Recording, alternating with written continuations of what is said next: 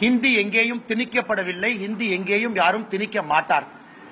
பிரதமர் அவங்க சொல்றது முதல் கல்விக் கொள்கையாக இருக்கட்டும் 1968, இரண்டாவது கல்விக் கொள்கையாக இருக்கட்டும் 1986, புதிய கல்விக் கொள்கையாக இருக்கட்டும் 2019-20. புதிய கல்விக் கொள்கையில நம்முடைய பிரதமர் கிட்ட ரிப்போர்ட் போகும் பொழுது, கஸ்தூர் ரங்கன் ஐயா தலைமையில அந்த நியூ எஜுகேஷன் பாலிசி ரிப்போர்ட்டை கொடுக்கும் பொழுது அதுல எல்லோரும் கட்டாயமாக 3 மொழி படிக்கணும், ஒரு மொழி நம்முடைய தாய்மொழியா இருக்கணும், இரண்டாவது ஆங்கிலமா இருக்கணும், மூன்றாவது கட்டாய ஹிந்தியாக இருக்க வேண்டும் என்று இருந்துச்சு. அப்படித்தான் முதல் இரண்டு லாங்குவேஜ் பாலிசி அப்படித்தான் இருந்துச்சு.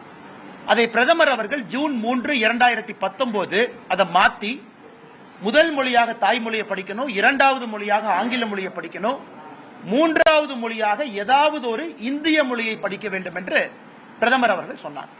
அதான் அன்னைக்கு புதிய கல்விக் கொள்கையா இருக்கு. ஆனா இங்கே திராவிட முன்னேற்ற கழகத்தை சார்ந்தவர்கள், குறிப்பாக ஆளுங்கட்சியில அமைச்சர்களா இருக்கிறவங்க, இல்ல இந்திய திணிக்கிறாங்க, மும்மொழி கொள்கை என்றால் ஹிந்தி என்கிற தவறான ஒரு பிரச்சாரத்தை வைக்கிறாங்க. நேற்று காணொலி மூலமாக நாங்கள் பேசியிருந்தோம், உங்களுக்கு அது கொடுத்தோம்.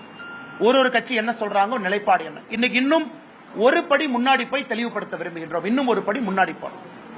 இன்னைக்கு தமிழகத்தை பொறுத்தவரை தனியார் பள்ளியில படிக்கக்கூடிய மாணவர்கள் அரசு பள்ளியை விட அதிகமா இருக்கிறாங்க. அவங்களுடைய கல்வி குறிப்பு ஒரு ஆண்டுக்கு முன்னாடி அசம்பிளியில சப்மிட் பண்ண டாக்குமெண்ட்ல இருந்து எடுக்கப்பட்ட குறிப்புல 52 லட்சம் மாணவர்கள் அரசு பள்ளியிலும் 56 லட்சம் மாணவர்கள் தனியார் பள்ளியிலும் படிக்கிறாங்க. தனியார் பள்ளி மாணவர்கள் அதிகம். அதுல சிபிஎஸ்இ படிக்கக்கூடிய மாணவர்களா இருந்தா ஹிந்தி படிக்கிறாங்க.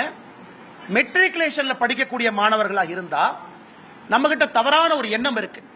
தமிழ்நாட்டில் நம்ம மெட்ரிகுலேஷன் படிக்கிறோம் அப்படின்னா அதிலும் தமிழ்ல தான் படிக்கிறோம் அப்படின்னு. தமிழகத்தை பொறுத்தவரை யாராவது மெட்ரிகுலேஷன் படிக்கிறாங்க அப்படின்னா அவங்களுக்கு எங்கேயுமே தமிழ் மொழி என்பது கட்டாயமாக இல்லை. தமிழக மெட்ரிகுலேஷனை பொறுத்த வரைக்கும் ஆப்ஷனல் லாங்குவேஜ் என்னன்னு இருக்குன்னு பாத்தீங்கன்னா தெலுங்கு இருக்கு, அரபிக் இருக்கு, மலையாளம் இருக்கு, கன்னடா இருக்கு, ஹிந்தி இருக்கு, குஜராத்தி இருக்கு, சான்ஸ்கிரிட் இருக்கு, பிரெஞ்சு இருக்கு, உருது இருக்கு. அதாவது ஆங்கில மொழியில மெட்ரிகுலேஷன் பள்ளியில படிக்கக்கூடியவங்களுக்கு இது போன்ற பல ஆப்ஷன்ஸ் அங்க இருக்கு. அப்படி இருக்கும் பொழுது 56 லட்சம் குழந்தைகள் அவங்க வேற ஒரு ஸ்ட்ரீம்ல போயிட்டு இருக்கிறாங்க. 52 லட்சம் அரசு பள்ளி மாணவர்களை மட்டும் கட்டாயப்படுத்தி இல்ல நீ 2 மொழியில மட்டும்தான் படிக்கணும், ஆங்கிலமும் தமிழும் என்று சொல்லிக் கொண்டிருக்கின்றோம். அதனால என்ன ஆகுதுன்னா ஒரு ஆண்டுமே அரசு பள்ளியிலிருந்து தனியார் பள்ளிக்கு செல்லக்கூடிய மாணவர்கள் அதிகமாகிறாங்க. இன்னைக்கு தமிழ்நாட்டில் பிரைவேட் ஸ்கூல் மார்க்கெட் 30,000 கோடி ரூபாய் மார்க்கெட்டுங்க. நீங்க கணக்கு போட்டா தெரியும். 56 லட்சம் குழந்தைங்க, ஒருத்தருக்கு ஒரு ஃபீஸ் போட்டு வேன் ஃபீஸ் அந்த மார்க்கெட்டை ஃபுல்லா பாருங்க. ஏன்னா இல்லாட்டி இன்னைக்கு திமுக காரர் தான் தனியார் பள்ளி கூட்டமைப்புடைய தலைவரா இருக்காரு.